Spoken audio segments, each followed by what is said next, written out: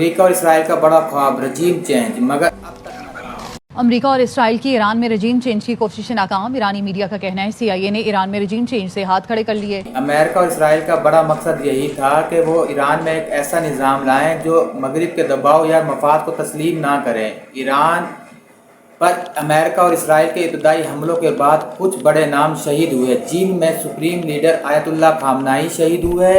انا للہ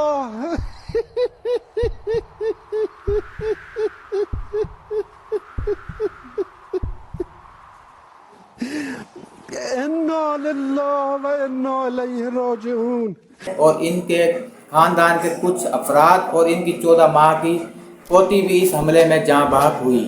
ایران کے قومی سیکورٹی کونسل کے سربراہ علی لاریجانی بھی اس حملے میں شہید ہوئے، جو کہ اہم ترین مشیروں میں شامل تھے۔ ایران کے انٹیلیجنس منسٹر اسماعیل خطیب بھی اس حملے کا نشانہ بنے، جو کہ اعلیٰ قیادت کے لوگوں میں شامل تھے۔ امریکہ اور اسرائیل کا ان حملوں کے باوجود بھی جو رجیم چینج حاصل کرنے کا مقصد تھا وہ ابھی تک حاصل نہ ہوا۔ دنیا اور خود وہی طاقتیں یہی سوچ رہی تھی کہ اعلیٰ سطح کی قیادت کو شہادت کرنے کے بعد ایران کا نظام آسانی سے فوت کر دیا جائے گا، لیکن ایران کی عوام، اعلیٰ عسکری قیادت اور فوج نے بھرپور مزاحمت کی اور ایک نیا وفد سامنے لے آئی۔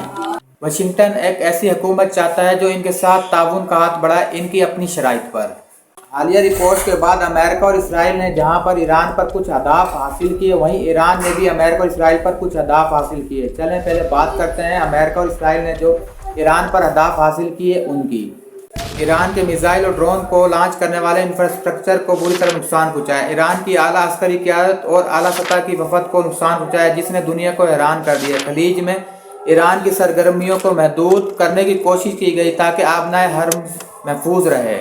امریکہ اور اسرائیل ان اہداف کو حاصل کرنے کے لیے تمام تر غیر قانونی طریقے اپنانے سے بھی گریز نہیں کر رہا۔ پہلے بھی وینزویلا میں صدر اور اس کی بیوی کو اغوا کرنا، اب ایران میں سول آبادی پر حملہ جس سے متعدد ہلاکتوں کی خبر ملی، جس پر یورپی یونین نے گہری تشویش کا اظہار کیا۔ اب بات کرتے ہیں ایران کے اہداف اور ان کے جوابی اقدامات کی۔ ایران نے واضح طور پر ثابت کر دیا کہ وہ بالکل جھکنے والا نہیں ہے اور مزاحمت برقرار رکھے گا۔ ایرانی فوج نے خطے میں امریکی بیسز اور مفادات کو نشانہ بنایا، جس سے ایران پر امریکہ کو حملہ کرنے میں بہت مشکل پیش آئی۔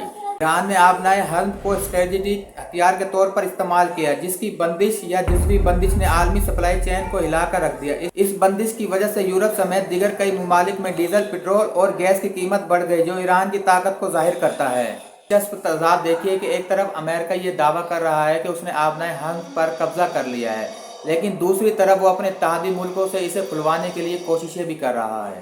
We are talking to other countries about working with us on the policing of the strait. سب سے اہم بات یہ ہے کہ امریکہ اور اسرائیل کا ایران میں رجیم چینج کا خواب ہی رہ گیا۔ ابھی تک دنیا یہی سوچ رہی ہے کہ یہ جنگ صرف امریکہ، ایران اور اسرائیل میں ہی نہیں رہے گی، لیکن اس کے خدشات بہت زیادہ بڑھ چکے ہیں۔ ذرا سوچیے، اگر یہ جنگ مزید لمبی چلی تو اس کا اثرات کن ممالک پر پڑے گا؟ اس میں ایک پاکستان بھی شامل ہے۔ پہلا خطرہ معیشت۔ آبنائے حرم جہاں سے دنیا کا بڑا تیل گزرتا ہے، اگر وہ بند ہو گیا تو پاکستان میں پٹرول، ڈیزل، گیس، بجلی کی قیمت آسمان سے باتیں کریں گی۔ دوسرا خطرہ سیکورٹی سرحدیں۔